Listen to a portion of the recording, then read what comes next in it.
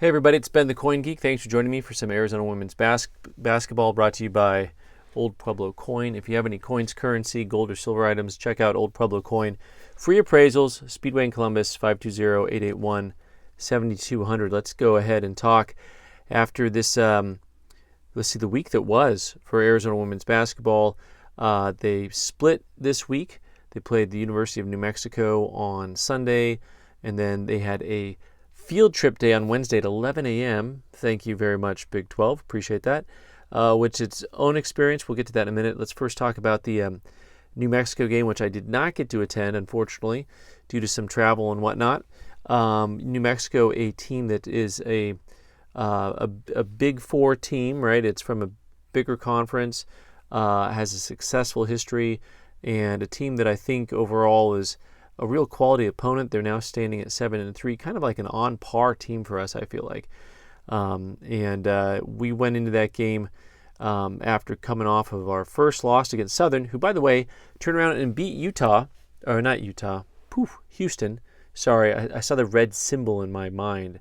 That would be Houston this time, not Utah. It was an interesting matchup, the New Mexico game. We saw some new things. Coach played zone, and that's a new thing. She's kind of talked about how she's not going to play zone, but she did play zone. And then the other team, let's see, how did they fare? 43% from the field, 31% from three-point land, 82% from the free throw line. We had a decent-looking game, 72-69. We come away with the loss at that game. Some notables. We actually got out rebounded 44-32, which is not a good thing. We had a very good assist to turnover ratio after having a ton of turnovers against Southern. We only had 11 turnovers to 17 assists. We forced 20 turnovers with New Mexico. And that's the type of thing that has happened a lot this year. We've really turned a lot of teams over. Even in playing a decent amount of zone this last two games, we still were able to turn, New Mexico were able to turn them over quite a bit. The team itself, interesting things happened. Let's see, Nora Francois got a start in place of Denia Trammell, which is fine. They played kind of similar minutes. Trammell with a solid off the bench, 13 points, 5 and 9 from the field. Nora Francois, I just really like her out there because she actually she's playing about 16 minutes a game, but she's leading us in rebounding at about 5, which is good. We need some rebounding out there. I think she has really nice hands, pretty good court awareness in general. She had 7 points and 5 rebounds in that game. She did end up having quite a few turnovers, but also had quite a few steals for us.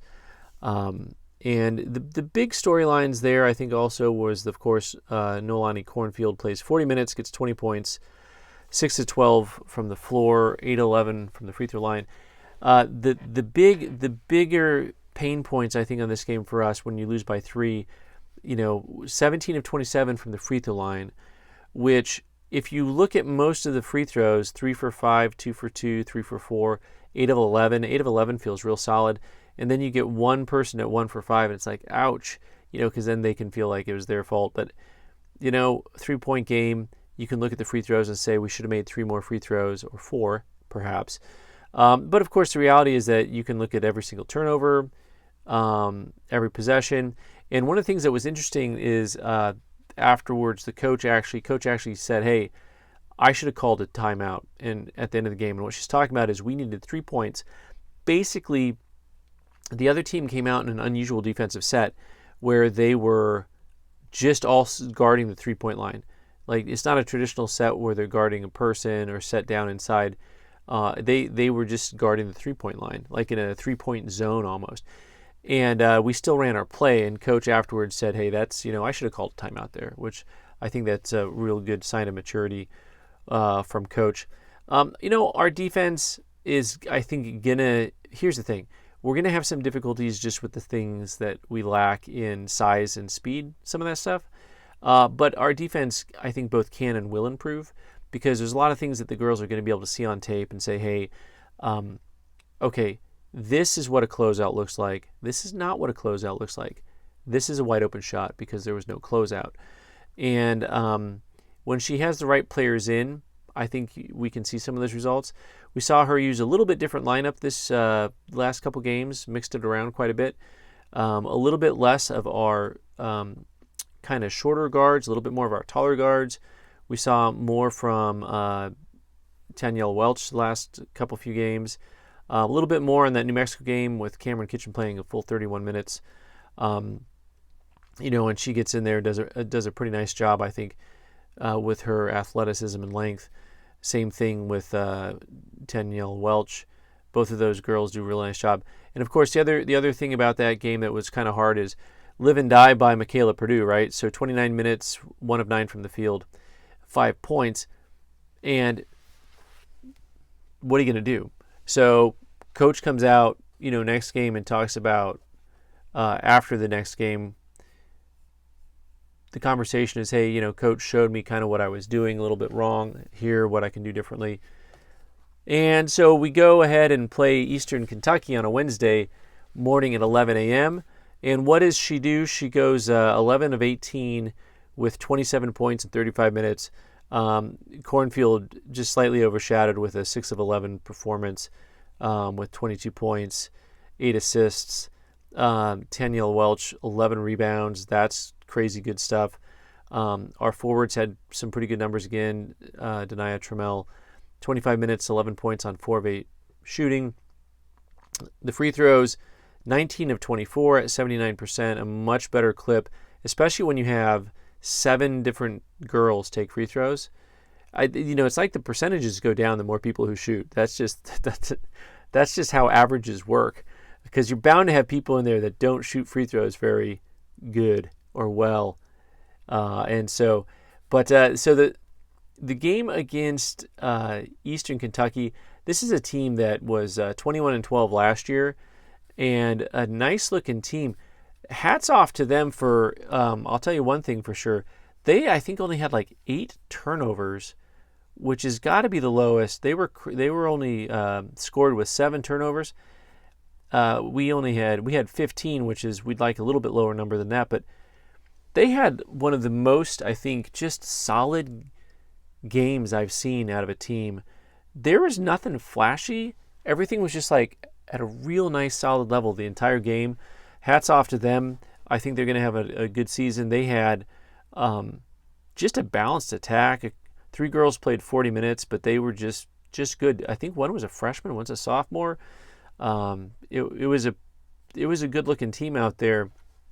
The Eastern Kentucky Colonels, and not the Colonels, which is how it's spelled. But you know what? I'm hooked on phonics, right? So we got to see Addie Blessing play a little bit, a couple minutes, couple points, some rebounds. They don't give her any rebounds, which I find odd because I was at the game. And, she clearly has her knees bother her, which is a shame.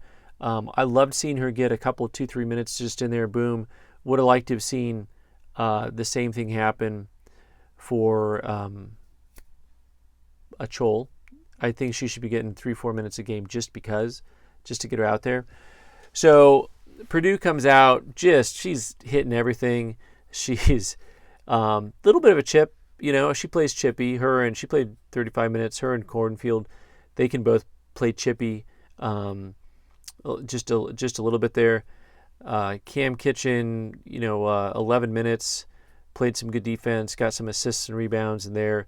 Molly Ladwig had 4 minutes, a rebound, and Nora Francois 15 minutes, 6 points, a couple of 4 rebounds in 15 minutes. Good numbers all around. Played a lot more zone, and it still looks like we give up way too many points.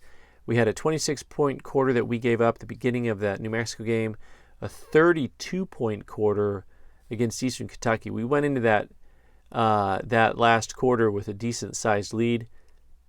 Man, they got it right back down, I think, to 2. We ended up winning by 4, but it was scary. So field trip day, by the way, basically, because it's an 11 a.m. game, they reach out to the community and say how many schools want to show up.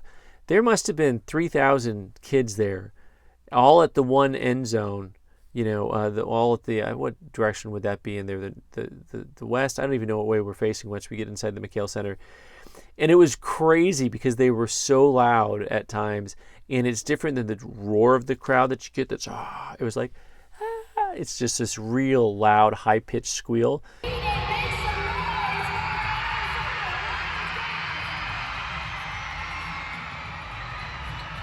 And it was something else. So 7-2 here after our first 9 games. 2 more games left in the non-conference schedule. And I think I had said if we get to 7 wins, it'll be kind of a good thing. That was without seeing the team at all. At this point in the season, we've got 2 more games that are very winnable. Teams that size up with us well, but might not have the same level of skill and athleticism. Don't want to speak out of turn here, but you've got Chicago State coming in Monday on the 15th. They're a 1-8 team. They just lost to that New Mexico team by 27. Not that is exactly going to be apples to apples, but the coaching here is like, hey, don't worry about the 1-8. We got to go in there and just do what we do, improve ourselves, focus on the little things so that we can have a 30-point win instead of getting up by 15 or 12 and then dropping it back down. Because these other kids, they all play basketball. They can all shoot. It's not some rocket science. And then Bellarmine coming in, also the same conference, the ASUN, as that Eastern Kentucky team. Last year they were 18-15 overall. They are 2-9 to start the season. Their wins are over Spalding and Wright State. They have one player who's leading them in points, rebounds, assists, and steals, which is not a good sign for them statistically. A 5'5" guard who's leading them in points, rebounds, assists, and steals. Not a good sign, like I said. I would point out, by the way, that Samea Sugapong is our second leading rebounder at one of our smaller players. And she's, I don't know how many minutes a game she's playing, 27 or something, but she's right behind Nora Francois, who's only playing, on average, 16 minutes a game. She'll definitely have some games where she plays more. So I'd love to see out of these last 2 games a real solid showing where we win by 20 points. I know that's a lot to ask for a young team that hasn't played a lot together. I'm just looking at kind of the overall makeup of these other 2 teams and saying, hey, let's go ahead and see what we can do. Let's really improve our defense. Like, our offense has at times been very balanced, which is good. Both of our forwards, I think, can score very effectively when they're given the ball in the right situation. I think they just need to learn to maybe kick the ball out a little bit more sometimes when they're getting crowded.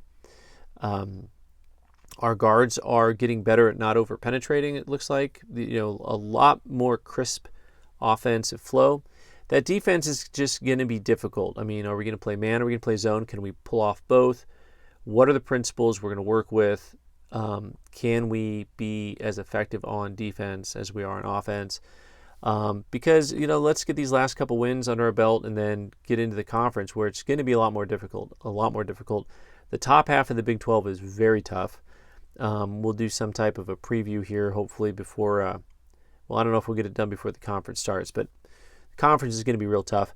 And I'll try to give you some picks on what we did, picks on what I think will happen in the Big 12 season, but also answer some of those questions back to one of our first videos we did about how did the team progress from its exhibition win and loss till where we are after the non-conference schedule.